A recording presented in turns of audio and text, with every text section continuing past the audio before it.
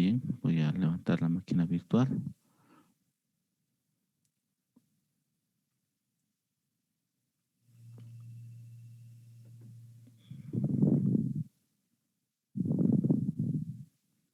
Haremos un repaso general. Ya, vamos a venir un momentito aquí a participantes.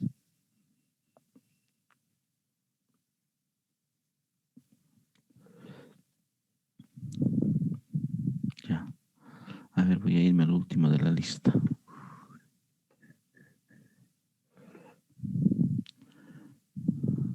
Jürgen, ¿cómo te ha ido con la configuración NAT y Bridge? Vanessa Lazarte, ¿cómo te fue? Buenas tardes, sí. Todo bien, no tuve problemas. Ya, qué bueno. Ronnie Alguarachi, ¿cómo te ha ido?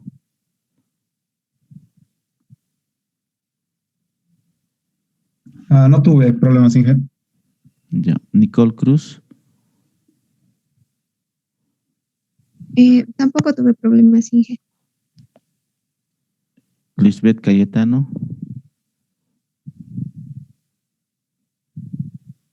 No tuve problemas, Inge. Ya, Josué Demetrio. Creo que contigo revisamos la última vez, ¿verdad? Sí, sigo con esos problemas, Inge, pero de los demás, de NAT, es todo bien. Oye, ya solo sería con Bridge el problema. Sí, sí. NAT, pero te funciona. Sí. Qué raro, sí es bien raro lo que te sucede, ¿no? Porque si te está funcionando NAT, Bridge debería funcionarte sin mayor problema. Jessica Rodríguez. Sí, Inge, lo hice y no tengo ningún problema. Qué bueno. Dafne Cruz.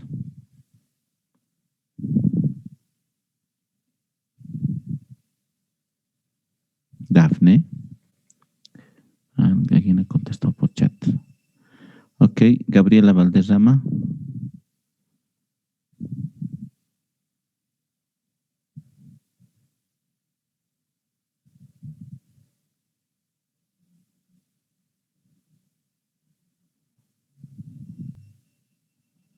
Emanuel Mamani. Ningún problema, Inge. Ya uno más. Claudia Terrazas, ¿cómo te fue?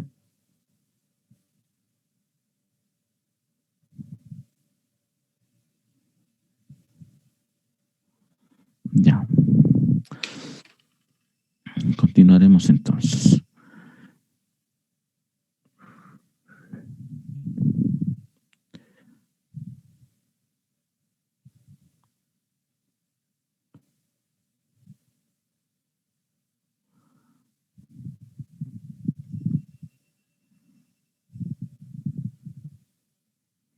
Ya, mientras...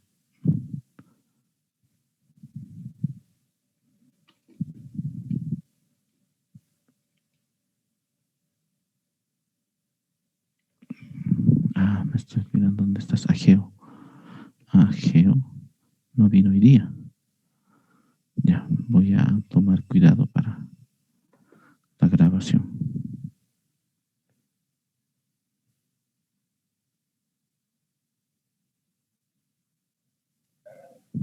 Ya.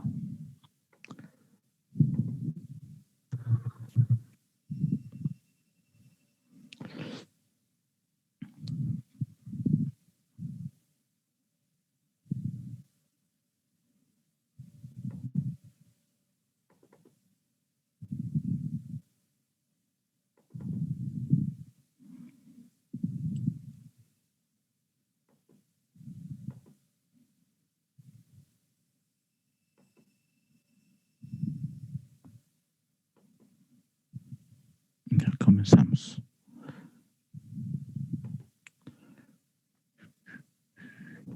Bien, buenas tardes a todos. Lo último que vimos era lo que es la conexión NAT, ¿no? Y a manera de recordar, entonces dijimos que esta era una opción para poder compartir nuestra conexión a internet a nuestra máquina virtual. Y la idea de NAT es esa, ¿no? De poder compartir. Algo que no les mencioné es que IPs públicos no puedes tú asignarle a cada máquina, ¿no? Entonces, por ejemplo, si tú contratas un servicio, incluso empresarial, tienes un número limitado de IPs, ¿no? Entonces, tienes que distribuir, ¿ya? Entonces, hay dos mecanismos para darle internet a un laboratorio, por ejemplo. Una es usando un servidor proxy, ¿ya? Lo que haces es algo similar como esta, ¿no? O sea, tienes una tarjeta de red que va a tener una IP pública y que va a tener, o sea, es accesible desde internet, ¿no? O sea, es un IP público y cualquier máquina de afuera puede acceder. Y tienes otra tarjeta de red, ¿ya? Física, ¿no? Estamos hablando. Y sí, y entonces, y esta tarjeta de red física se conecta a tu laboratorio local, ¿ya? Es lo que hacen en el laboratorio. Entonces, puedes aquí instalarte un servidor proxy y a través del servidor proxy compartirles internet a las máquinas de tu red local, ¿no? ¿Sí?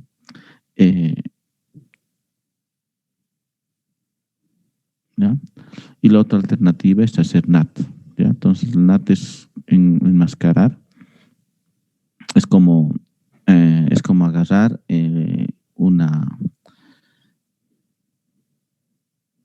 es, por ejemplo, una analogía que podría ayudarnos a entender que lo de NAT. Bueno, hemos visto, ¿no?, que esto de conectividad es como enviar paquetes, ¿no? Entonces, enviar paquetes que mandan a un destino y ese destino recibe esa información, ¿no? Los datos se mandan en esos paquetes. Entonces, es como agarrar un paquete, pero ponerlo sobre otro paquete más grande y enviarlo, ¿no? Es más o menos esa es la idea que hace NAT. ¿Sí? Entonces, el paquete que tú estás enviando está en esta red, pero se enmascara y va a salir como si fuera un paquete de la red que tiene un acceso público, ¿no?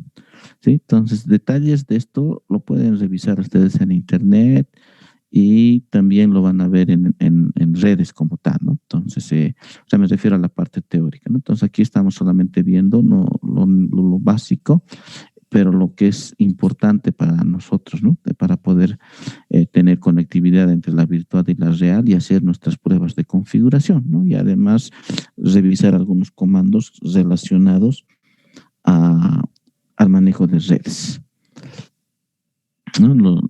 Sí, y ya entrando un poco a esto, vamos a ver algunos comanditos esenciales.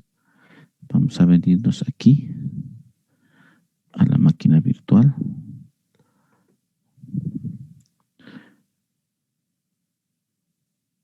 ¿Dónde estás tú?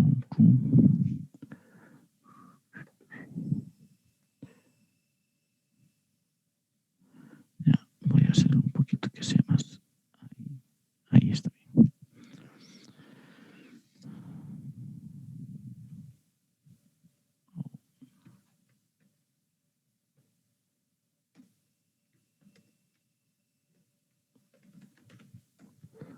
Ya. Uno de estos es el NS Lookup. ¿Ya? Esta es una aplicacioncita que está presente en todas las distribuciones de Linux. Instalación mínima, instalación avanzada, desktop, cualquiera, ya viene este comandito. Este es el que me permite hacer consultas al servidor de NS. ¿Ya? ¿No? Entonces, por ejemplo, aquí yo le doy lostiempos.com y me va a devolver con qué IP está asignado, ¿no? Ese es su IP. Aquí está. Siento, ¿no? Me dice cuál es el servidor DNS. En mi caso está asignado como el punto 2, que está ahorita con NAT, por si acaso, ¿no? Pero eso es lo que me interesa, su dirección IP.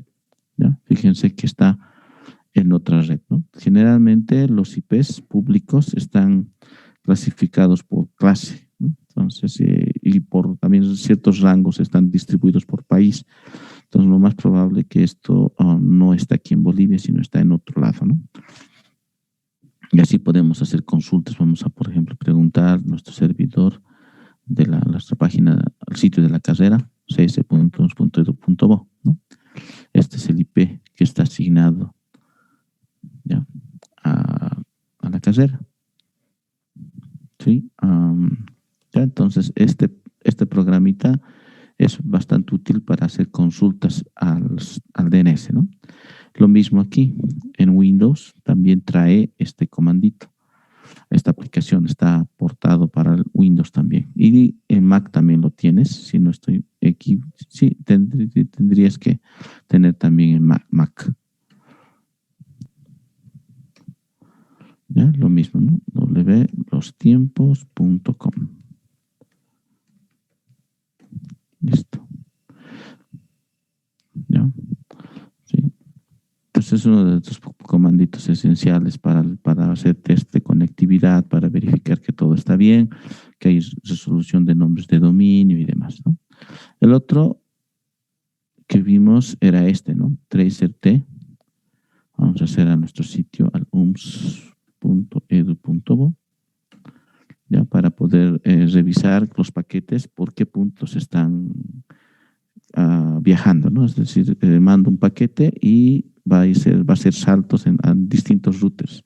Entonces, el primer punto por donde sale es nuestra puerta de enlace, que en mi caso es mi modem, el 1.1.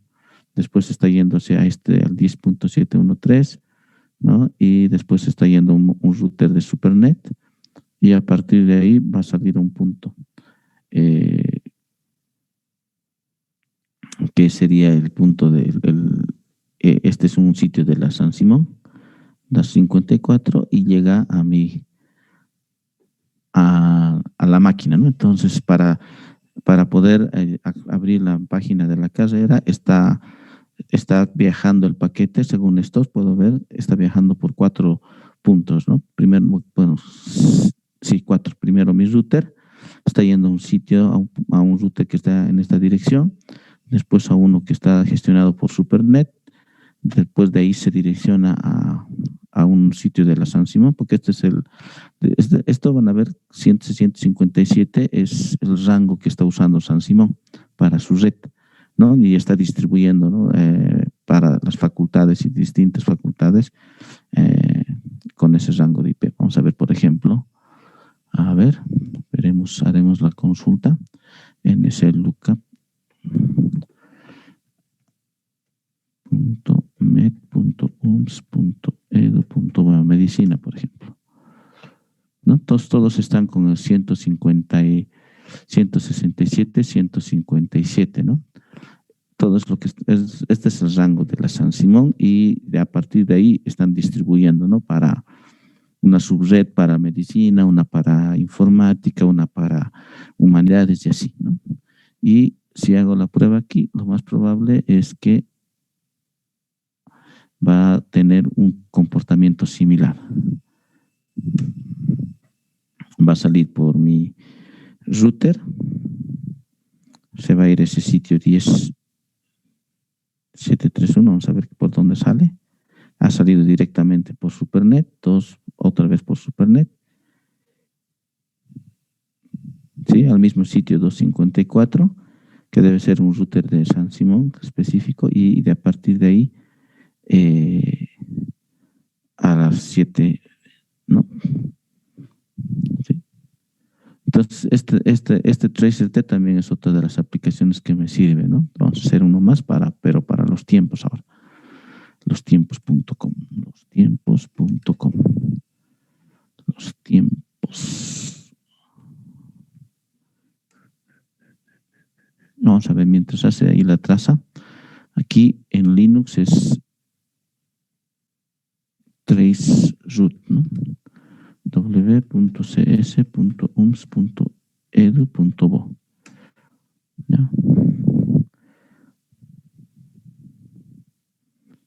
¿Ya? Aquí no te va a mostrar, ¿no? Porque ahorita estamos usando aquí NAT. Entonces, como les decía al final, el paquete que me han dado es como si se lo hubiera agarrado dentro de otro paquete más grande, y ese paquete se está ocultando, ¿no? ¿Sí? Es como lo que algunos hacen, ¿no? Mandan dinero, pues es prohibido, por ejemplo, mandar paquetes dinero por correo, ¿no? Pero algunos mandan dinero camuflado dentro de otro paquete, ¿no? Entonces no se detecta y pasa nomás hasta su destino, ¿no? Algo similar, a lo que sucede, ¿no? Sí, noten la respuesta que me da. Si esto tuviera conexión directa o conexión a través de bridge, podríamos ver los caminos, como en el otro caso, ¿no? Que está yendo a mi modem, de mi modem está yendo a otro sitio externo, y así todos los saltos que está el paquete, ¿no? Pero como en este caso está nateado, entonces simplemente no me está registrando el paso de los puntos por donde está yendo el paquete, ¿no? Pero volveremos a nuestra otra ventana y fíjense aquí, ¿no? Este es el de Comteco, el de los tiempos. Entonces está yendo aquí un módem de Comteco. Este ya no parece que es de Bolivia, ¿sí? Y aquí se ha ido otro Cogen2, que es otro sitio externo, ¿sí? Todos los puntos que ha ido mi paquete para alcanzar al sitio de los tiempos, ¿no? Ya, entonces otro comandito que me puede ayudar a poder un poco ver el comportamiento de mi red, ¿no? Obviamente hay otros más comandos que ustedes en la materia de redes avanzadas, que es una electiva, van a poder verlo más, ¿no? Incluso usan, creo, ahí un simulador para poder configurar sus routers. De hecho, dispositivos como Cisco, ¿no? Te conectan remotamente, o sea, tienes una consolita como esta para conectarte remotamente, es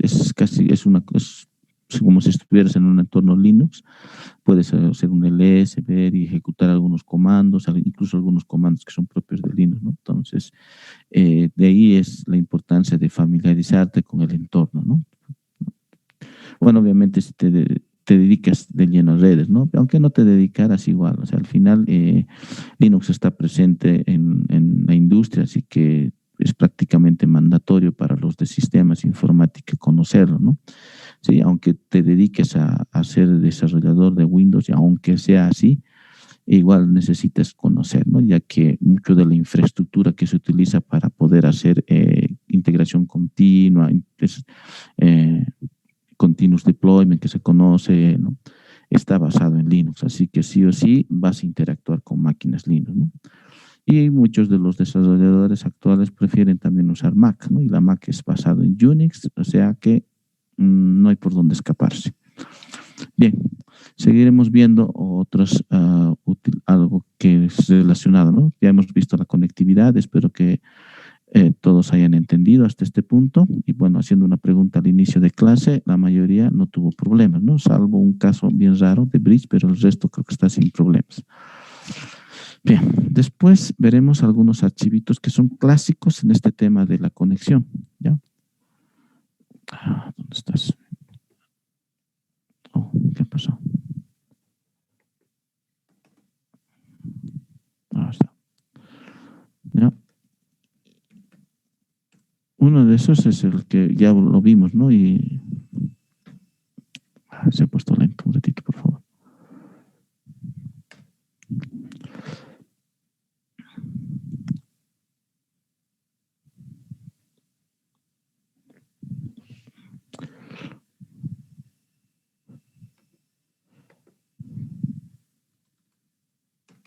Sí, se puso lento.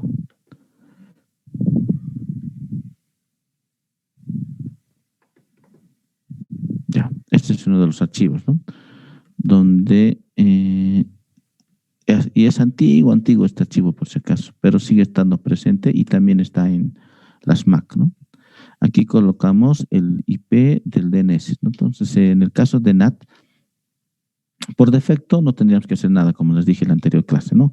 Pero en algún caso no está funcionando mi conexión a Internet, entonces necesito colocar manualmente en este archivo el nombre del servidor, ¿no? El nombre del servidor DNS, ¿no? Que puede ser el que yo conozca de mi... el que me provea el proveedor que me da servicio, o colocar el modem también, ¿no? Entonces, como hemos hecho también en Bridge, hemos puesto aquí el 1.1 como DNS, ¿no? Pero bueno, este es el archivo donde tú modificas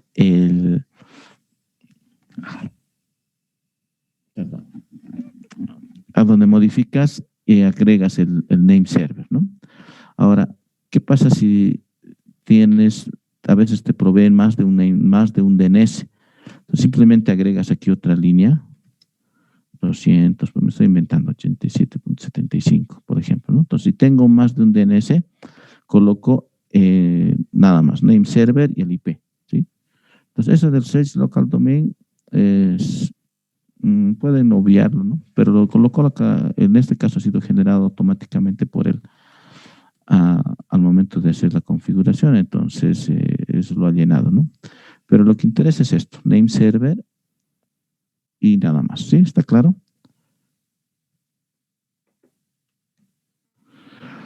Ya, vamos a esperar un momentito que se accione. Ya.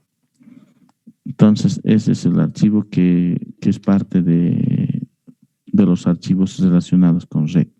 Otro de los archivos es este de aquí.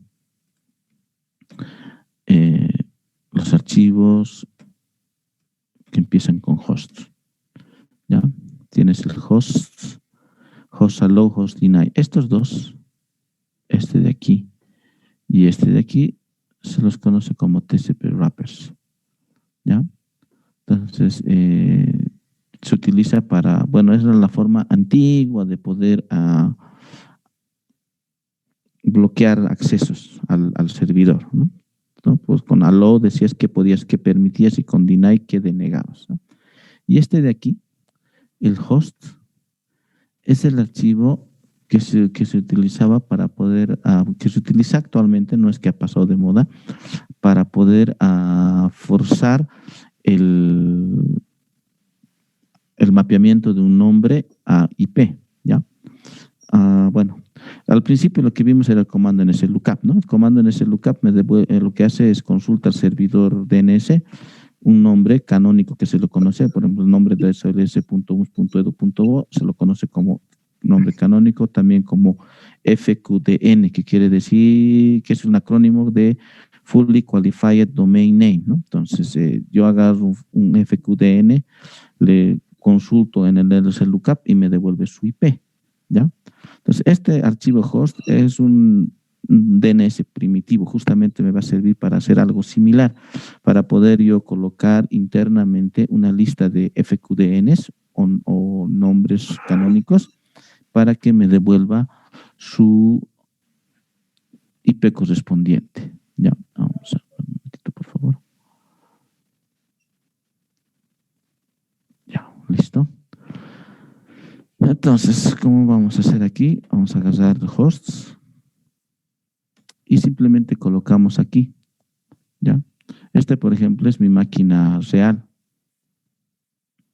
Entonces le puedo colocar aquí mi nombre, ¿ya? Es solamente local esto.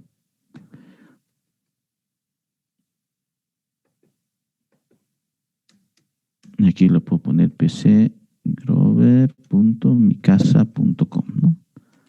¿Sí? O le puedo poner aquí www.pcgrover.com, ¿sí? Entonces, ya. Entonces, esto no simplemente es para poder utilizar el nombre en lugar del IP.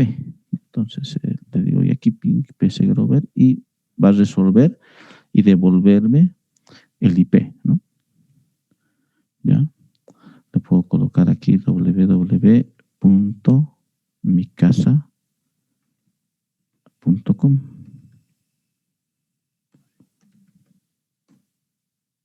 ¿Qué le puse? No, no es a micasa.com, pcgrover. pcgrover.com. Entonces, me permite hacer eso. ¿Ya? ¿Sí? Ahora,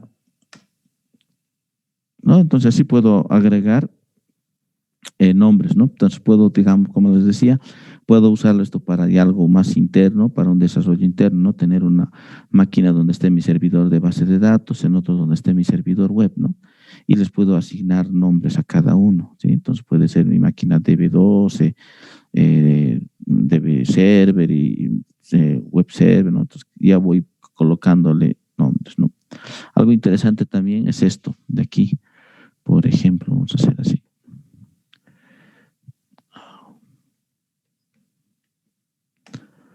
Vamos a venir aquí.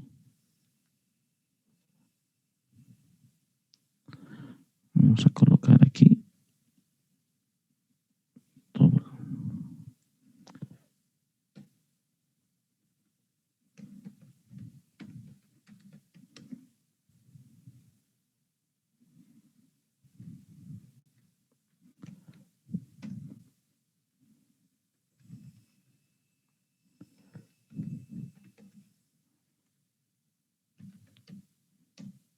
Ya, fíjense, ¿qué es lo que he hecho?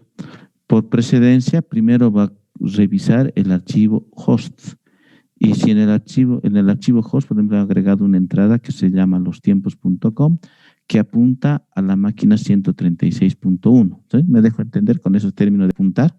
¿Sí? Me refiero de que estoy asociando ese nombre con la máquina. Entonces, quiere decir que cuando yo abra un navegador, ¿ya? Si yo abro aquí un navegador,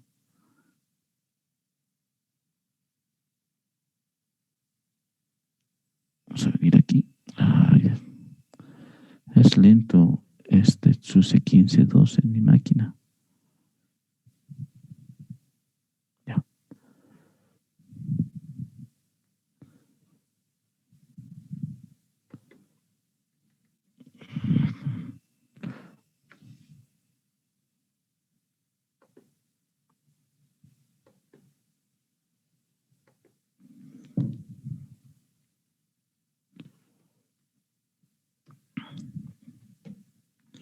Lostiempos.com. Va a salir un error. ¿Por qué? Porque cuando esté queriendo abrir esta página, va a buscar, va a abrir esta máquina, la 136.1, que es mi máquina real. Ya, bueno, ¿cuál es la idea, digamos, de este del archivo host? Es que me va a ayudar también a hacer pruebas locales, ¿sí? Por ejemplo, imaginemos que yo soy el desarrollador de la página csums.edu.bo, ¿no? Mi página está en internet y está siendo utilizado, ¿no? ¿Ya? Entonces, lo que yo puedo hacer es tener una máquina donde esté haciendo el desarrollo de la página, que no es la página que está en internet con un IP público, ¿no? Entonces, internamente, yo en la máquina de desarrollo apunto a mi servidor local, ¿no? Donde está mi copia de la página web. Y ahí empiezo a hacer mi trabajo, ¿no? Entonces, esa es la ventaja de usar este archivo host, que yo puedo internamente configurar para que sitios de internet apunten a ciertas máquinas, ¿no? Locales, ¿sí? Entonces, me refiero a que, por ejemplo, en la 136.1, en esa máquina puede instalarme un servidor, ¿no? Ya, una copia de la aplicación que está en internet. Entonces yo trabajo ahí, hago mis pruebas y una vez que he terminado de hacer, borro esa línea y bueno, obviamente voy a subir todos mis cambios al sitio oficial y recién voy a poder acceder, ¿no? a internet, ¿no? Entonces, no sé si está claro el uso de este archivo. ¿Sí? ¿Alguna duda? ¿Está todo claro?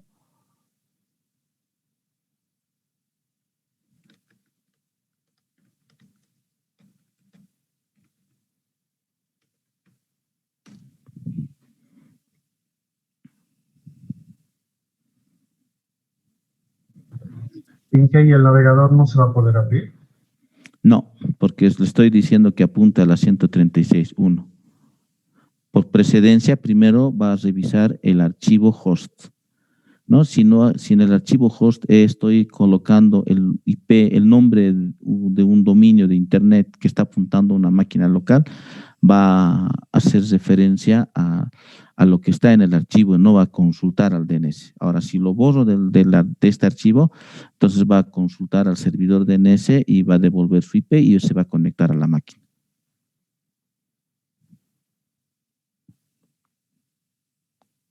¿Sí? Entonces, este archivo lo voy a usar más para eso, ¿no? Como les digo nuevamente, yo tengo mi sitio csums.edu que está corriendo en un servidor con un IP público y yo tengo una copia de esto en una máquina en mi red local, ¿no? Entonces, para probar y hacer las verificaciones desde mi celular o desde mi máquina, entonces lo que hago es, bueno, no desde el celular, pero desde mi máquina, modifico este archivo host para que apunte a mi máquina donde estoy haciendo los cambios, ¿no?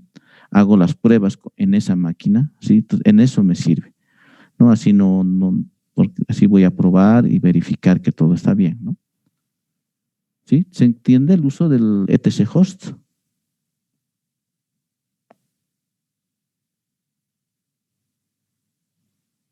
Ok. Ya. Estamos entonces. Ya. Lo interesante de este host, ya, es que también existe para Windows y también existe para Mac, ¿no? ¿sí? Hay cosas que son una de estas es esta, ¿no? Que son, que están entre todos los tres sistemas operativos, ¿no? Y si no estoy mal, Android también lo tiene, solo que como no eres root no vas a poder modificarlo. A menos que rootees tu Android, podrías acceder a una consola. Hay aplicaciones consola para Android. Si estás rootado, podrías acceder y modificar el archivo host para poder modificar y hacer lo mismo que hemos hecho aquí. Es decir, a que desde el celular pueda apuntar a sitios locales para hacer pruebas, ¿no? Ya. ¿Dónde está en Windows? En Windows, System 32, Drivers, etc. Ahí está, ¿no? Lo abro como administrador o hago un notepad en modo administrador y ¿no? Modo administrador, por si acaso es así, ¿no? Me vengo aquí está, ejecutar como administrador, ¿no? O en su defecto, de esta manera. Vamos a F4, editar. ¿Sí? Aquí entonces yo puedo asignar, ¿no? ¿Ya? Esta es la 150, es mi máquina SUSE. Entonces va a ser SUSE 15, SUSE 15 cs1.edu.bo, ¿no? Lo mismo que en el otro caso. Perdón, esto no es el BIM. Guardar, listo. Ping a SUSE 15 y va a ser ping a mi máquina que está en mi máquina SUSE, ¿no? ¿Sí? Entonces su uso es lo mismo. Y lo mismo en Mac. Y como les decía, si rooteas tu Android, muy probablemente sí vas a poder hacer lo mismo, ¿no? Ya que como está basado en Linux, conserva un poco la jerarquía de archivos de Linux y estos archivitos hosts, resolve, host allow, host deny, prácticamente es parte de cualquier Unix y cualquier Linux, ¿ya? Bien, el otro archivo, bueno, aprovechando que estamos aquí, es este, ¿no? Que ya lo vimos también en TCO, ¿sí? Cuando explicamos un poco eso de mail ports, puertos, mailboxes para la parte de comunicación entre procesos, ¿sí? ¿Se acuerdan? ¿No? Aquí está la lista que tanto en Windows como en Linux existe, que es una lista de puertos estándares, ¿no? Que son los puntos de comunicación, ¿no? Para ciertos servicios, en el caso del FTP 21, el caso del HTTP, que es el puerto 80, ¿no? El SSH puerto 22, ¿no? Entonces son puertos estándares que todos ya los respetan, ¿no? Por defecto, cuando hablamos de SSH, que lo vamos a ver después, y FTP, que después, inmediatamente terminado esta parte inicial, lo vamos a empezar a revisar, son los puertos por donde se va a conectar, ¿no? Entonces, son puertos definidos, ¿sí? Hay algunos que son estándares me refiero a tanto en Windows como en Linux, ¿no? Entonces, ya vamos a venir aquí. En realidad son puertos ya definidos para servicios que son estándares, ¿no? ¿Sí? Vamos a ir aquí otra vez al FTC Services, ¿no? Aquí, por ejemplo, el caso del FTP, que es el puerto 21. Entonces, cualquiera que vaya a desarrollar una aplicacioncita para FTP tiene que respetar este puerto, ¿no? Que es el puerto que se utiliza para FTP, ¿ya? Sí, hay ciertos puertos que son estándares, que no los puedes utilizar, ¿no? Son nombres para, ¿no? Ahora, si quieres personalizar, puedes cambiar y forzar que utilice otro puerto, ¿no? Pero por defecto estos son los puertos, ¿sí? Entonces, si quieres hacer tu aplicacióncita, un socket, por ejemplo, puedes usar otro puerto que no está en esta lista. Otro detalle, también aquí van a ver lo que es TCP/UDP. De nuevo, este concepto de qué es TCP y qué es UDP, lo van a ver en la materia de redes, o quizá si alguno ya tomó la materia de redes, ahí ya sabe qué es esto de TCP y UDP, ¿no? Ahora, si nos vamos al Windows, estamos aquí, ¿sí? Entonces, con muchos de estos son estándares para cualquiera, y hay algunas cosas que son muy específicas de Windows, ¿no? ¿Ya? Por ejemplo, el WinS, ¿ya? Que son ya el WinSock, que son puertos, que son servicios específicos de Windows que trabajan por puertos que son para Windows, ¿no? Lo mismo, si quieres hacer alguna otra aplicación o vas a usar alguna aplicación que quieras que utilice puertos, que se va a comunicar con máquinas Windows a través de un puerto específico, o tienes que usar cualquiera que no esté en esta lista, ¿ya? Ese es todos los archivos que es parte de los esenciales para la parte de conexión entre máquinas, ¿no? Si bien en cierto hemos hecho entre máquinas virtuales, ¿no? Específicamente, pero el tema de conectar dos equipos es esencial, ¿no? Entonces prácticamente necesitamos conectarlos, ¿no? En el caso de ustedes, con tu modem, que ya no tienes que configurar nada, ya tienes conectividad entre varios equipos, ¿no? Sí. Pero si tuvieras que armarte tu propia red, tienes dos alternativas. Puedes usar un cable punto a punto, que es un cable de red. Bueno, sí, los colores no podría decirles cuáles son, pero hay una configuración de colores para que sea solamente una conexión entre entre dos máquinas nada más, ¿sí? Una conexión TCP/IP entre dos máquinas. Y la normal, que es utilizando un hub, ¿no? Entonces tienes que sí o sí usar un hub o un switch para poder conectar varios equipos en red, ¿no? Y la otra alternativa, que es que te armes tu routercito Wi-Fi local y lo configures para que tus máquinas se conecten a través de ese router y te están en red, ¿no? Cualquiera sea el caso, al final vas a usar estos casos que hemos visto de configuración, ¿no? Bueno, para WLAN es distinto, por si acaso, ¿no? Vamos a ver si los revisamos también los comanditos para WLAN, ¿no? Pero posteriormente. Bien, seguiremos. Entonces, lo que estamos viendo entonces son esos archivos que son parte de los esenciales y relacionados a conexión, ¿ya? Y que es estándar, ¿no? Para cualquier sistema operativo tipo Unix. Vamos a venir aquí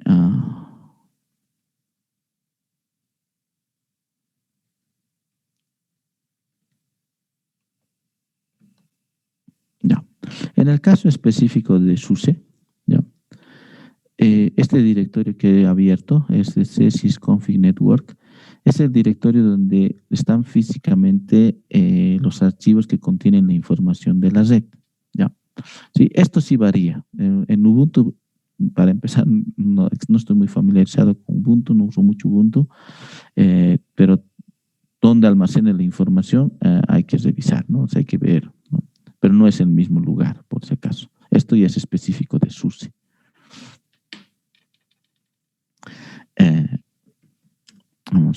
Tenemos menos de un minuto. Bueno, antes de que se corte, le voy a detener la grabación. Ya.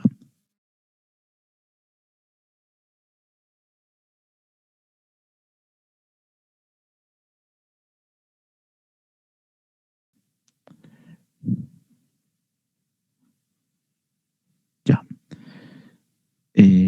Que les estaba comentando. Les decía que esto es específico de SUSE, ¿ya? Obviamente Ubuntu u otra distribución maneja de forma distinta, ¿no? Ya, bueno, antes de continuar, comentarles, ¿no? Que creo que también en TCO les comenté, por ejemplo, el tema de las distintas distribuciones, ¿no? Y el concepto de software libre. A manera de recordar, o si no les dije, el punto es este, ¿no? Que una de las características del software libre es que tú tienes el acceso al código fuente y puedes modificar, y tienes la obligación de ponerlo al público también las nuevas modificaciones, o sea, hacerlo totalmente de acceso libre. Ahora, uno de los pequeños problemitas que tiene el lado Linux es que cada distribución le da su propio, ¿cómo se dice? Su propia, no hay una palabra que quiero encontrar. Le pone su propio estilo. No sé si es apropiado el término, pero me refiero a que cada uno hace sus cambios a su gusto, ¿sí? Entonces agarra SUSE, todas las fuentes que son libres, agarra y empieza a decir, bueno, esto no me parece, yo quiero que sea así. Y lo hace a su manera, ¿ya? Entonces eso hace que un poquito cada vez se vaya separando más ¿no? Entonces, en otras palabras, Ubuntu ya un poquito es distinto de SUSE. Red Hat es distinto de Ubuntu, aunque son todos basados en Unix y conservan muchas cosas en común, pero cada vez se están haciendo más independientes. Entonces los archivos de configuración las van cambiando. Un archivo de configuración ya es distinto en Ubuntu, o el mismo archivo de configuración está en otra localización, en SUSE, ¿no? Ese es uno de los grandes problemas que no va a quedar de otra que lidiar, ¿sí? Entonces aquí ya cada uno va a elegir. Uno elige con qué distribución va a trabajar, ¿sí? Entonces, si elijo Ubuntu, entonces no me queda más que ver documentación muy específica de Ubuntu para poder ver, ¿no? Entonces, y si elijo SUSE, lo mismo, ¿sí? Entonces, cada uno ya ve.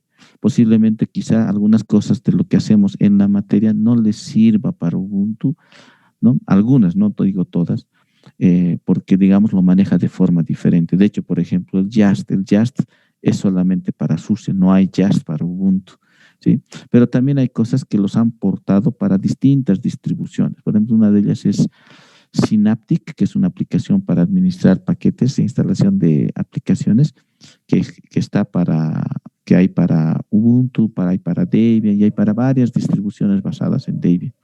Synaptic, ¿no? Otra de las aplicaciones, por ejemplo, para administración de archivos, el MC, el Midnight Commander, ¿no? Este de aquí.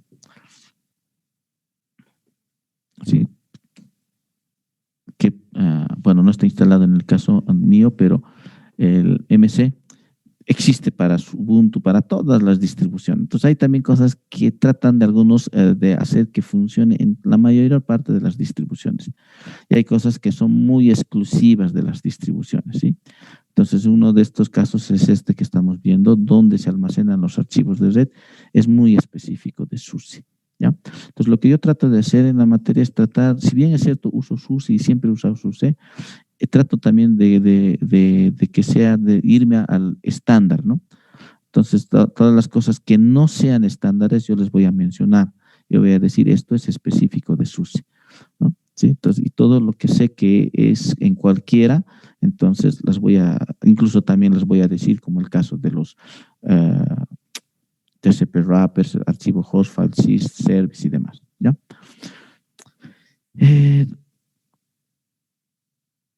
No estoy grabando por si acaso, simplemente son comentarios acerca de estas variedades. Y otro comentario también que quería mencionarles es acerca un poco de por qué también SUSE, ¿sí? Bueno, es simple, ¿no? Bueno, no es ni tan simple, sino que lo que pasa es que hace tiempo, años atrás, empecé a trabajar fuera de la U y con una compañía que, ¿no? En lo que se conoce como, y que está de moda en Cochabamba, que es el outsourcing. Y ahí noté, y bueno, como les decía, ¿no? Todo el mundo utiliza Linux, eso es innegable. Entonces la compañía con la que estaba relacionada usaba Linux.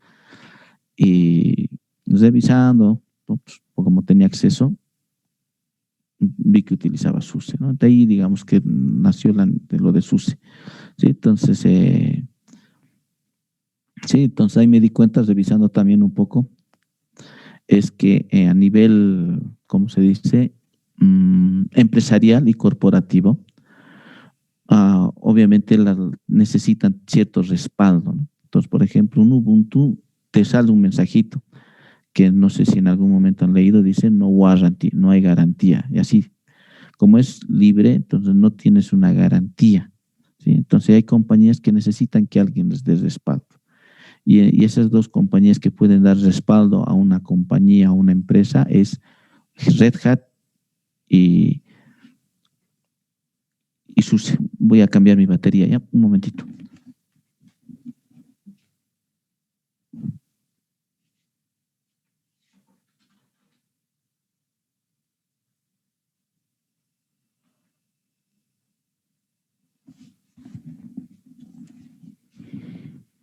Entonces les decía, Red Hat y SUSE son las compañías que pueden dar soporte, ¿no? Y si se acuerdan, también mencionamos de que hay algunas supercomputadoras que utilizan Red Hat, ¿no? Entonces SUSE es con licencia, ¿no? El SUSE como tal. Pero SUSE lo que ha hecho es sacar una versión libre, que es la que usamos, que es OpenSUSE, que es básicamente su SUSE empresarial y su versión libre, que tiene similitud, ¿ya? Ahora, en el caso de Red Hat, ha hecho lo mismo. Primero, inicialmente, cuando Red Hat a ver, ¿cómo les digo? Ya, primero, inicialmente Red Hat era libre, ya. Les voy a compartir un poco esto de lo que pasó en Bolivia. Red Hat era libre, la versión 5.1, la 6, la 6.0, la 6.1, 6.2, después vino la 7.0, la 7.1, 7.2, y llegó la Red Hat 9, si no estoy mal, pero bueno, después de la 7 vino una más de Red Hat y después se volvió propietario, ya no sacó Red Hat libre. En Bolivia, el sistema operativo utilizado en toda Bolivia era Red Hat, por lo menos hasta cuando era libre, todo, ¿no? Incluso las entrevistas de trabajo, los exámenes, las certificaciones, todo era en base a Red Hat. Sí, entonces Red Hat era el sistema operativo por defecto utilizado en Bolivia. Y no solamente en Bolivia, en otros países, pero en Bolivia específicamente era Red Hat. Cuando Red Hat se volvió propietario, obviamente muchas compañías ya no se animaron a pagar la licencia, así que empezaron a migrar de distribución. Y de ahí, digamos, salió Fedora, que era la versión libre de Red Hat. Pero el problema fue que Fedora se fue distanciando demasiado de Red Hat. O sea, ya no era lo mismo. Y al final, actualmente, Fedora como que ha perdido muchos seguidores. Casi nadie utiliza Fedora, no conozco. Y ahí entra en escena Ubuntu, y Ubuntu, ¿para qué? Se ha vuelto el sistema operativo preferido en Bolivia. Muchos utilizan Ubuntu en Bolivia, ¿no? Y lo utilizan como servidor también. Se ha vuelto el preferido, ¿sí? Pero bueno, pero el problema es, como les decía, ¿no? Ubuntu no es tan con garantía, no es bajo tu riesgo lo utilizas, ¿sí? Pero ahí, digamos, están las distribuciones que son propietarias, ¿no? Que serían en este caso SUSE y Red Hat, y tienen esa ventaja de SUSE que todavía está dando soporte a su distribución libre, que es OpenSUSE. OpenSUSE, que ahora está en la versión 15.2, ¿ya? Ahora, ¿por qué les menciono esto? Porque algo que nosotros, bueno, hace un par de semestres queríamos migrar era irnos al lado de Red Hat, ¿no? Utilizarlo, alguna distribución similar a Red Hat para la materia, que en este caso es CentOS, ¿sí? CentOS es se puede decir, un clon del Red Hat empresarial. Entonces era una muy buena alternativa utilizar CentOS y familiarizarse con un Linux que es empresarial, ¿no? O sea, ¿qué ventaja te trae, digamos, el hecho de Red Hat empresarial que pues te soporta incluso algunas aplicaciones externas propietarias como Oracle, por ejemplo? Oracle se va a instalar sin problemas en SUSE y Red Hat, ¿no? Entonces, por ejemplo, las empresas grandes o otras compañías también de alguna forma miran, o sea, se esfuerzan a que funcione su producto en las distribuciones más importantes, ¿no? Entonces, por ejemplo, Oracle, si quiere sacar una versión para Linux, va a sacar una versión que trabaje para Red Hat y trabaje para SUSE. Sí, o sea, ese va a ser lo más primordial para ellos. Ubuntu, como que sí, como que no, ¿no? Entonces, lo mismo, por ejemplo, pongámosle otro producto, digamos, de cPanel, que es un producto para administración de sitios web. Lo mismo, cPanel se va a esmerar para que su producto funcione en Red Hat y funcione en SUSE. ¿Sí? Me dejo entender. Entonces, de alguna forma también estas compañías mandan un poco como el mercado, ¿no? ¿Sí? Y así, obviamente Ubuntu entra en la lista, ¿no? ¿Ya? Entonces lo estaba hablando un poco de atrás. Ahora actualmente, revisando un poco la lista, resulta ser que los 4 sistemas operativos más utilizados a nivel mundial, se podría decir, desde un punto de vista, digamos, comercial, que más pide la gente, más que compra, está CentOS en primera línea, Ubuntu, Red Hat, y curiosamente SUSE no está. ¿Ya? Sí, bueno, les voy a hablar desde lo que yo conozco, ¿no?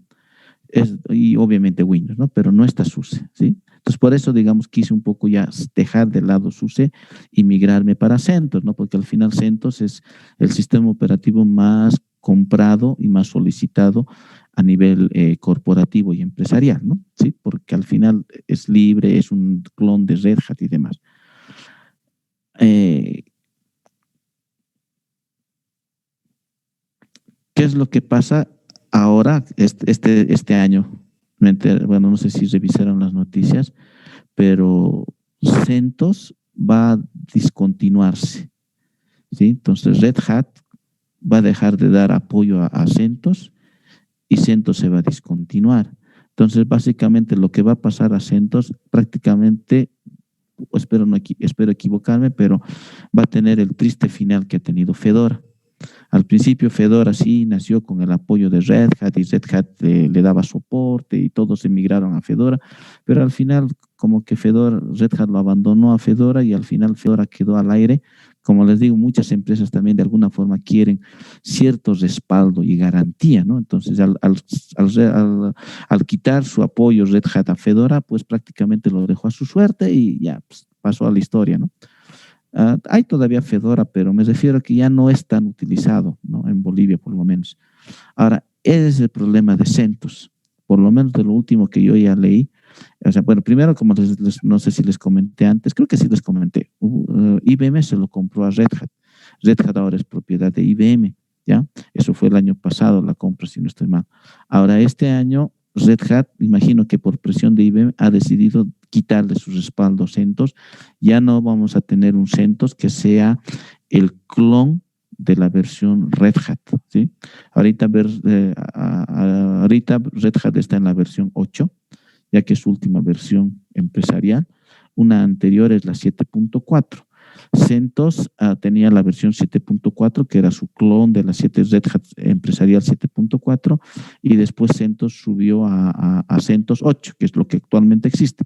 Pero ese va a ser el último, CentOS 8. Entonces, si Red Hat saca una nueva versión con nuevos cambios, ya no va a haber CentOS con esos nuevos cambios, ¿no? Entonces, bueno, no sé si esto les interesa conocer, pero bueno, al final también si uno se pone a analizar, eso te sirve, ¿no? Para poder ver y decir qué distribución voy a utilizar, si es que realmente me quiero dedicar en este camino, ¿no? Entonces, pero así está, ¿no? Y bueno, al final, lo que yo quería que era moverme a CentOS, olvídense, yo no me muevo ya más a CentOS, me quedo nomás con SUSE, ¿sí? Entonces, y creo que por lo menos hasta ahorita donde estoy viendo, SUSE llega a ser todavía la mejor alternativa para seguir utilizando, ¿no? ¿Sí? Eso les quería mencionar, aunque un poquito me demoré, pero bueno, espero les ayude a entender. Pero así se mueve el mercado, ¿no?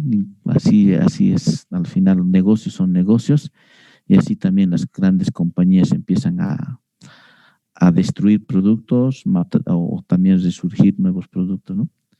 De hecho, Ubuntu no hubiera tenido el éxito que tiene si no hubiera sido porque Red Hat decidió volverse propietario, ¿no? Justo casi después de eso se lanzó al mercado Ubuntu y Ubuntu pues, llegó a ser popular hasta el día de hoy, ¿no? Y Ubuntu es una de las distribuciones más populares que existe y bueno, la consigna de Ubuntu es que nunca va a ser propietario, esa es su consigna, ¿no? Que nunca va a ser Canonical, que es la empresa que maneja Ubuntu, por lo menos hasta el día de hoy yo sé que lo ha dicho y lo ha jurado y lo ha perjurado, que nunca lo va a volver propietario, así que todos pueden libremente utilizar Ubuntu hasta el fin de los días, ¿no? Bueno, eso es lo que les puedo comentar a un poquito de cómo está el negocio en este lado de los sistemas operativos. Bien, ahora sí, nos iremos, pues dejaremos de lado eso y volveremos a lo nuestro. ¿Alguna consulta, un comentario tal vez antes de continuar?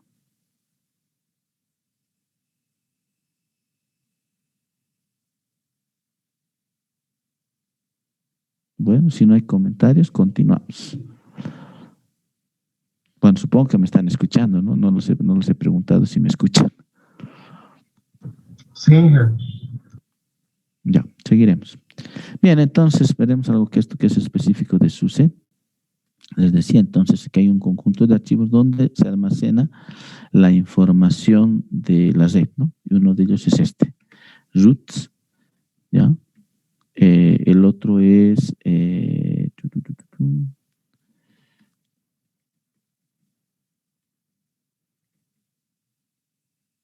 FCFG-ETH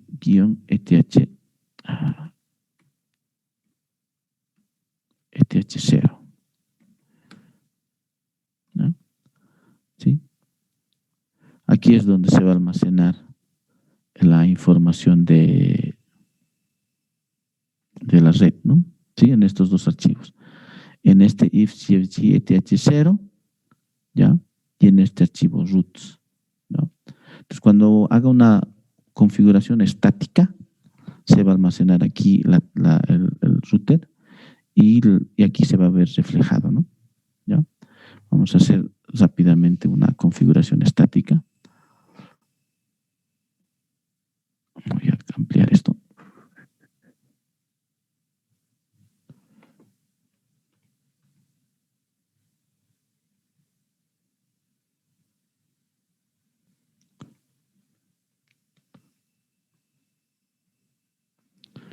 No.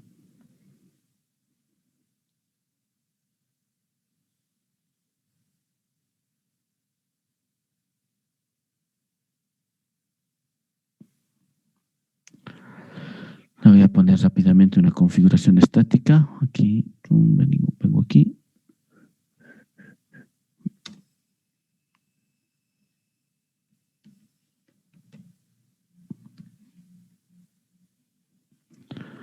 Por si acaso estoy colocando cualquiera, ¿no? No estoy, solamente estoy haciendo esto para verificar los cambios internos que va a haber. ¿No?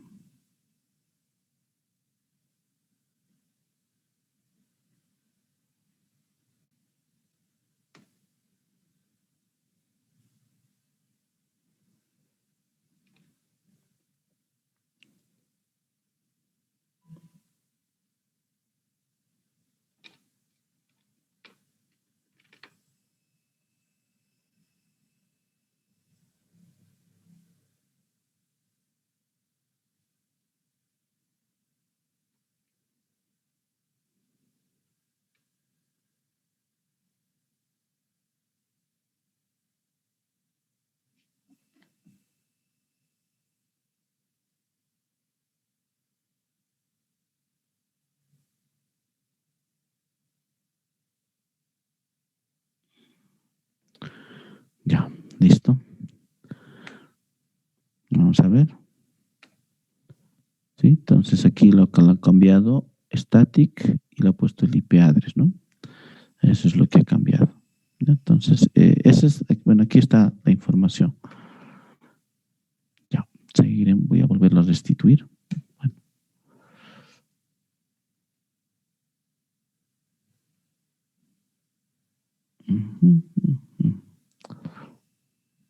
¿Dónde estamos? Network Services. Perdón, aquí es. Ya.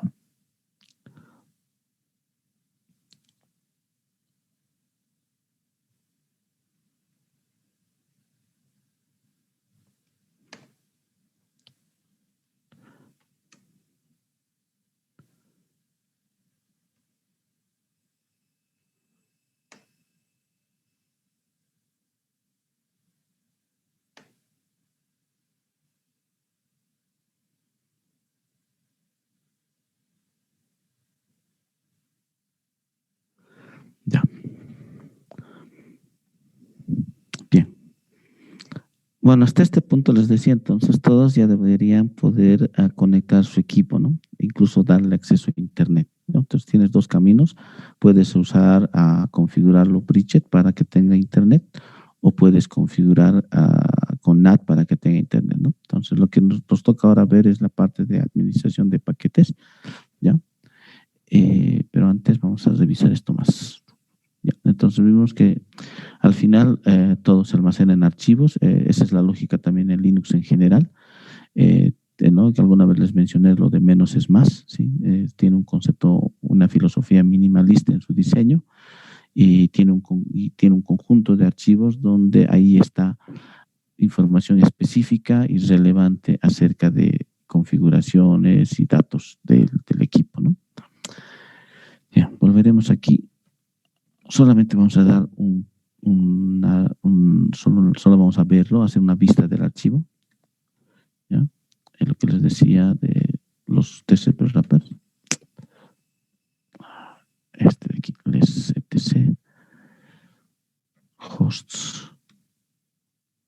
host.alo. ¿No? Sí, entonces aquí tienes unos ejemplitos, ¿no? de cómo, por ejemplo, ¿no? Por ejemplo, un servicio lo puedes colocar así.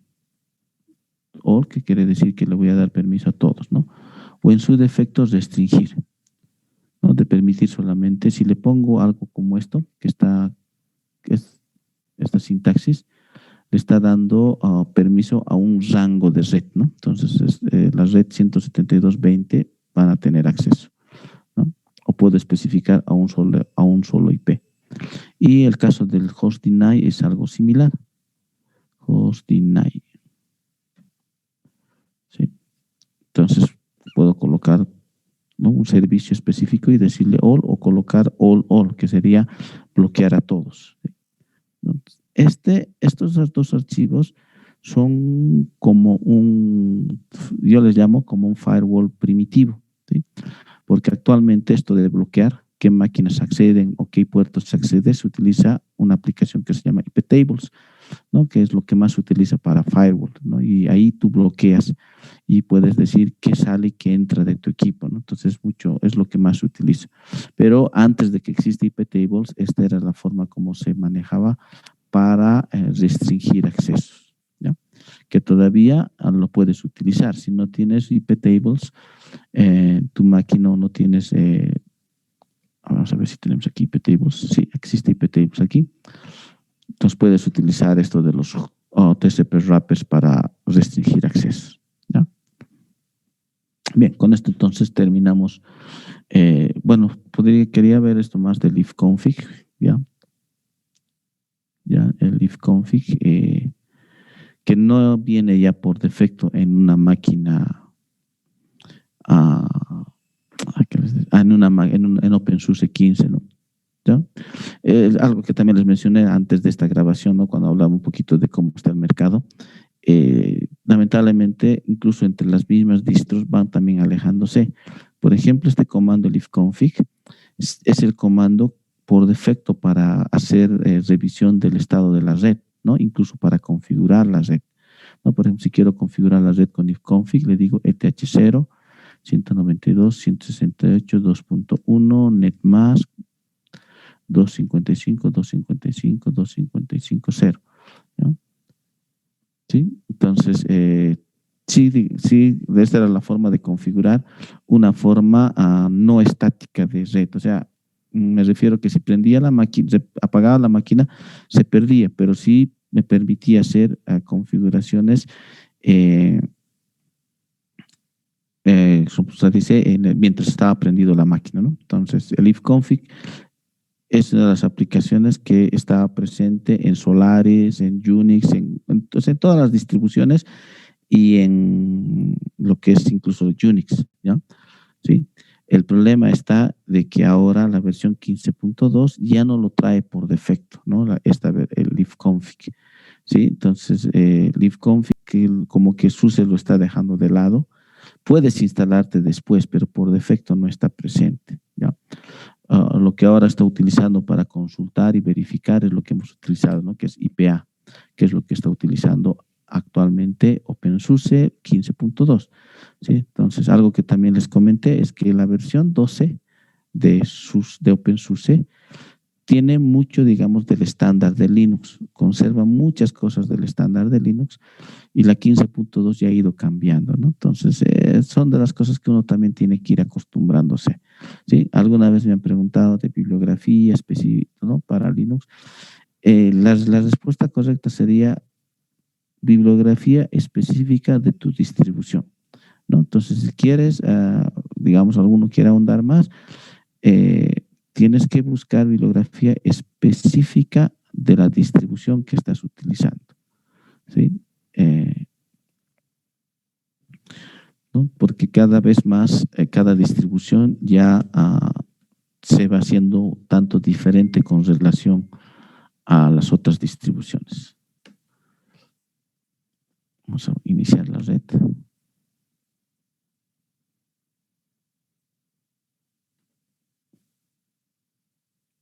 Fíjense, está con el IP, ¿no?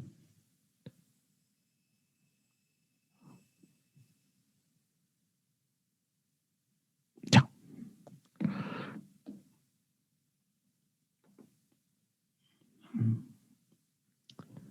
Sí, continuaremos. Veremos cómo está mi IP.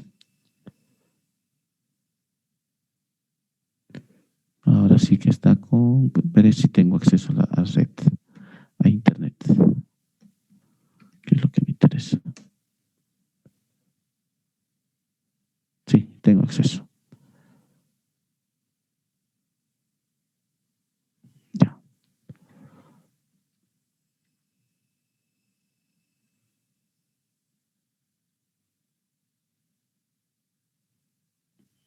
Ya. Bueno, algo que no sé si notaron es, he utilizado el comando ifconfig para asignarle un IP a mi interfaz TH0 y le he dado el netmask, ¿sí? Aunque me ha salido un errorcito aquí, si me fijo, le he asignado, ¿no? Está aquí el IP, se le ha asignado. Ahora, bueno, le he apagado el servicio y vuelto a iniciar el servicio de red, y como está configurado como DHCP por defecto, entonces aquí tiene la dirección, ¿no? ¿Ya? Lo que sí es curioso es esto, que vuelva a aparecerme la dirección IP, ¿no? Sí, no debería, ¿no? Por lo menos en la 12 no pasa esto, ya no sucede esto, pero pueden verificarlo ustedes. Bien, continuaremos. Entonces, estamos usando este comandito para ver y consultar en la red, ¿no? Uno antiguo es el ifconfig, que ya como que está quedando deprecado, no se está utilizando ya. ¿Qué más? Ya. Entonces,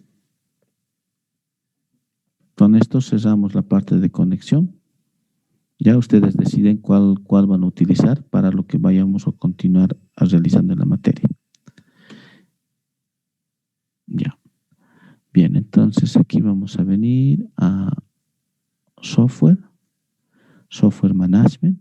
Ya vamos a pasar entonces a lo que es la administración de paquetes. ¿Ya? Y voy a hacer la verificación aquí. Ya. Cancelar.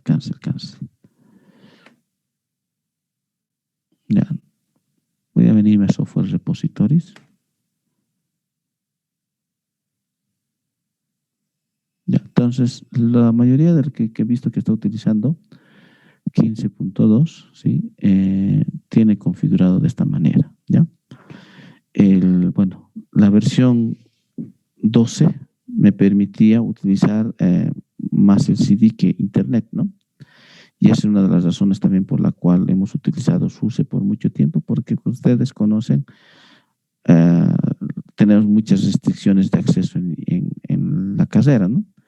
No puedes tener internet libre, solamente esa petición, entonces era un problema, digamos, tener, no, porque les comento también que anteriormente, años atrás, hemos intentado utilizar Ubuntu, y bueno, como ustedes saben, Ubuntu necesita internet para instalarse, entonces no ha sido muy bien aprovechado, ¿no? No es un poco complicado, entonces nos ha sido servido más tener un SUSE para poder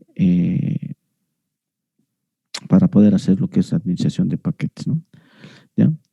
Ahora, lo que sí estoy viendo es el hecho de que ya no está disponible en internet la versión 12 para bajarse, ¿no? Entonces, como que estás casi obligado a utilizar esta versión. Y lo malo de esta versión es que puedo utilizar el CD, pero hay algunas aplicaciones que sí o sí solo las tengo que instalar desde internet, ¿no? Entonces, eso es algo que es una desventaja para mí, ¿no? En el sentido, digamos, de usarlo como herramienta de trabajo, ¿no? Porque sé que algunos tienen la restricción de acceso a Internet. Pero bueno, ni modo, como ya está todo de moda, ahora sí seguiremos usándolo. Ya.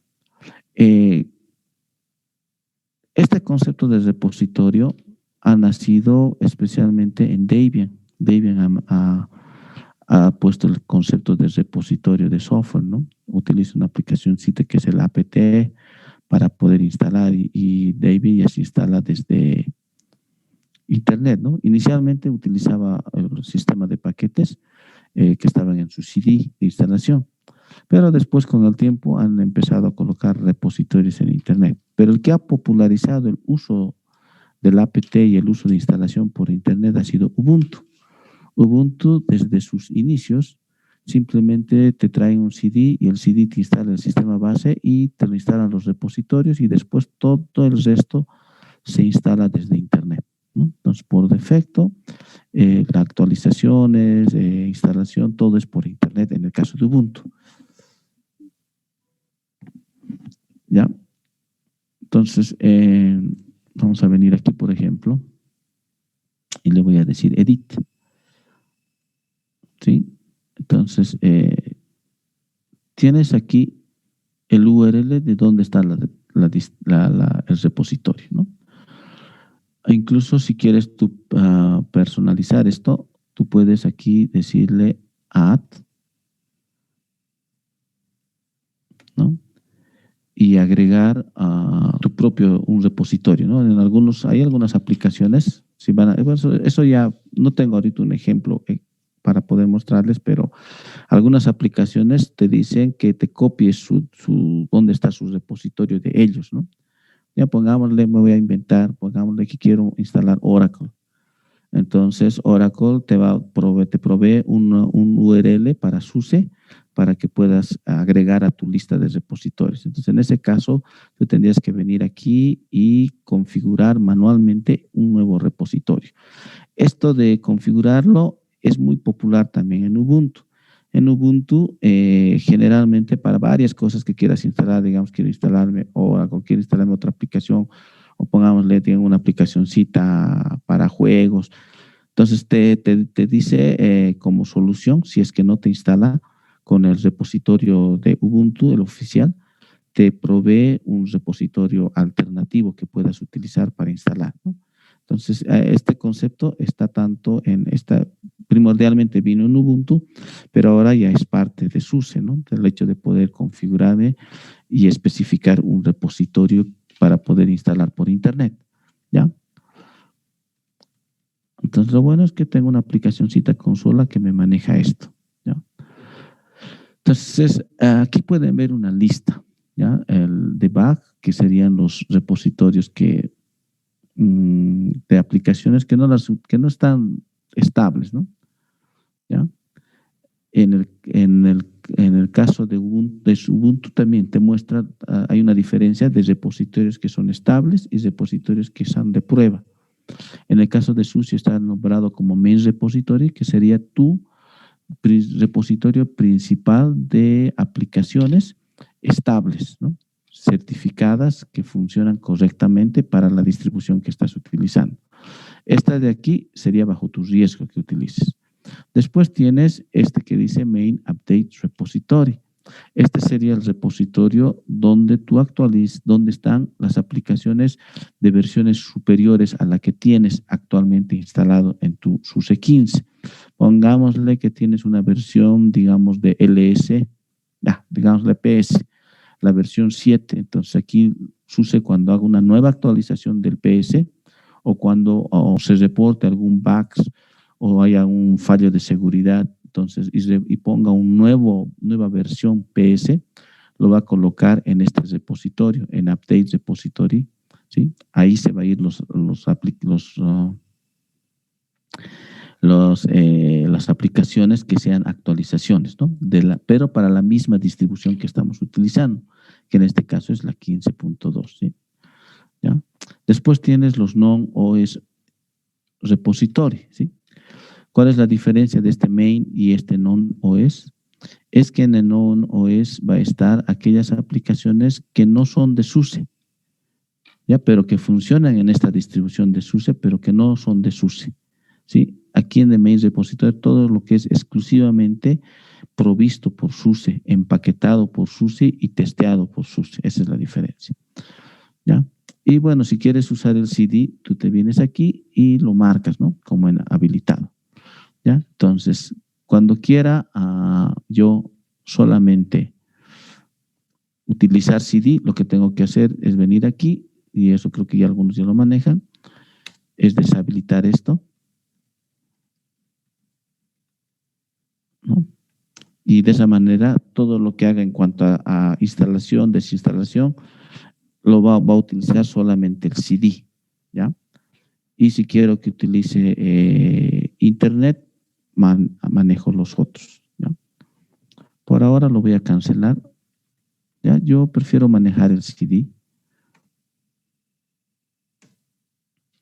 ¿sí? ¿Cuál es la desventaja o la ventaja? Es que en algunos casos, me refiero a que tú puedes tener una máquina A, ¿no? Aquí una laptop y tenga otro laptop y puedes instalar el mismo 15.2. Se puede dar el caso de que se instalen tanto distinto tu máquina A contra tu máquina B, ¿sí? Porque a veces pasa de que la versión que encuentra en internet y la instala no es la misma que la otra que accede, ¿no? Entonces es una pequeña desventaja que yo veo, que podrías tener cosas tanto distintas, ¿sí? Y eso, digamos, puede perjudicarme. ¿En qué sentido? En que, no sé si les comenté, ¿no? Normalmente lo que uno hace también cuando está como administrador es que tiene una máquina que es una réplica de la máquina que está en producción, ¿sí? Por ejemplo, la máquina donde está el sitio web cs1.edu.bo, lo más probable es que los administradores tengan otra máquina que está instalada con la misma configuración, ¿no? Entonces tengo que tener los mismos paquetes, la misma, ¿no? Y si yo utilizo, digamos, Internet para instalar, corre el riesgo de que no tenga dos máquinas idénticas, ¿sí? Entonces en eso me perjudica, ¿ya? Que es lo aconsejable es tener idéntico. ¿Para qué? Para que cuando necesite hacer un cambio de configuración, entonces pruebe en mi máquina que no está en producción, hago la prueba, verifico. Si todo funciona bien, entonces aplico recién esos cambios a mi máquina que está en producción, ¿no? Entonces, en ese sentido. Pero si mi máquina no es la misma, tiene otras versiones de paquete, entonces ahí te estoy en problemas, ¿sí? Vamos a venir otra vez aquí, Software Repositories. Inge, se va a cortar. Ya, gracias.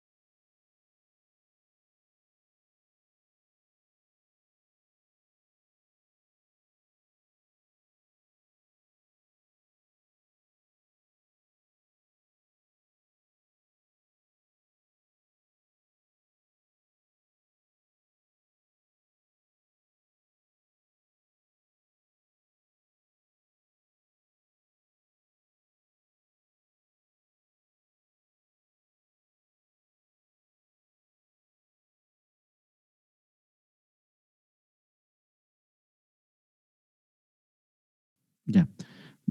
Buenas tardes a todos. Voy a tomar unos minutos más, por favor. Hay algunos detalles que necesito comentarles antes de concluir la clase.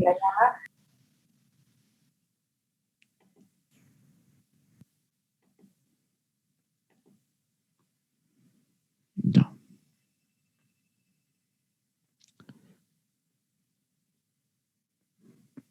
Bien. El detalle es el siguiente. El día jueves en la noche yo estoy pasando un curso, ¿ya? Y no voy a poder iniciar sesión de Zoom. Entonces me gustaría comentar, poder encontrar otro día para poder reemplazar. Entonces, en realidad yo tengo un curso que estoy tomando el miércoles, jueves y viernes, ¿no? Entonces, ya acordé con los del grupo 1 qué día voy a reemplazar. Entonces, un poquito estoy viendo cuándo podríamos reemplazar la clase del día jueves, ¿ya? Entonces, a ver, vamos a ver alternativas. Bueno, entonces hoy es lunes, el jueves no pasaríamos, directamente nos veríamos el día lunes y reemplazaríamos la clase el día, bueno, tengo dos alternativas. Uno es el sábado a las 11:15, ¿ya? Y el otro sería el siguiente miércoles a las 8:15 de la noche. No, a 7:15. ¿No? El miércoles podemos acordar el día. No sé qué opinan.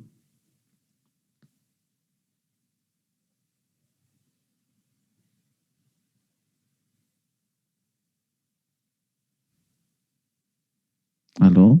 ¿Me escuchan? Disculpe, Inge, dijo que no vamos a pasar el jueves. Sí.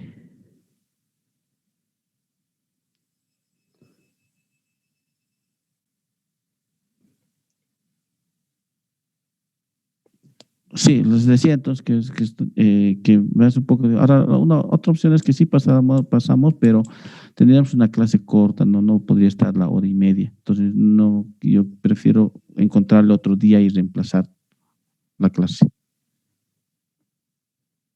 ¿No? O sea, entonces, yo hubiera querido hacerlo este miércoles, pero como les digo, mi curso es el miércoles, el martes, jueves y viernes. Digo miércoles, jueves y viernes, entonces tendría para reemplazar el sábado, ¿ya? A las 11:15 y el miércoles a las, podemos poner a las 7:15. Ay, sí, 7:15. Ya. ¿Qué dicen? ¿Qué opinan? Bueno, podemos hacer un poll, pero el tema está de que tal vez es mejor acordar, ¿no? ¿Sí? Entonces ahorita estamos con opiniones divididas.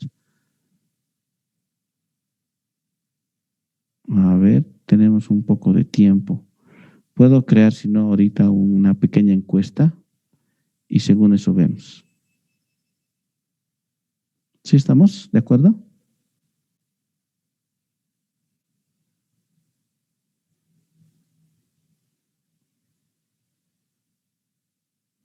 Ya.